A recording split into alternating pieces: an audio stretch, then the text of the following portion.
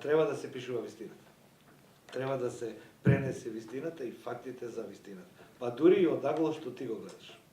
Сега, колку тоа вистина, да не зборуваме сега филозофски, но должност ти е тоа да го направиш. Јас тоа го спомнам во контекст тоа што треба. Но и сега ќе повторно, ако треба да напишеш тоа што треба, треба тоа да го напишеш. Ако ти мислиш на друг начин, тоа е твоја работа.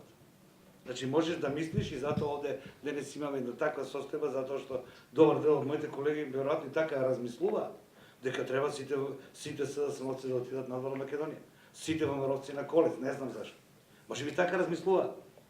Јас зборувам дека треба да напишат како што треба, а треба така како што се поредени фактите и правилата на земјата, тоа е една друга работа или правилник, што вели професорката, ама да се наредат фактите не како ти сакаш. Зашто таа слобода, што јас мислам, е па тоа во ниедно цивилизирано општество организирано не постои веќе. Што јас мислам? Говорницата, микрофонот, нови вестникот, камерата не е за тоа што јас мислам. Уметниците тоа што чувствуват, ја го почитувам тоа. Инаку не би било уметност. Ама треба да напишеш тоа што треба, а треба да го напишеш она што е вистинито, она што е ред на фактите, а не како ти што сакаш. Јас така го разбирам. Нарачката од врвот денес, било кој врв.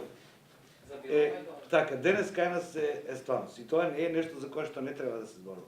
Тоа е клиентелизам за кој што проучува Бранко Царатан кај нас и на Балканот, дека спрегата помеѓу собствениците на медиумите, политиката, трошењето на буџетот сега е актуелно во Македонија е нешто со кое што ние треба да зборуваме.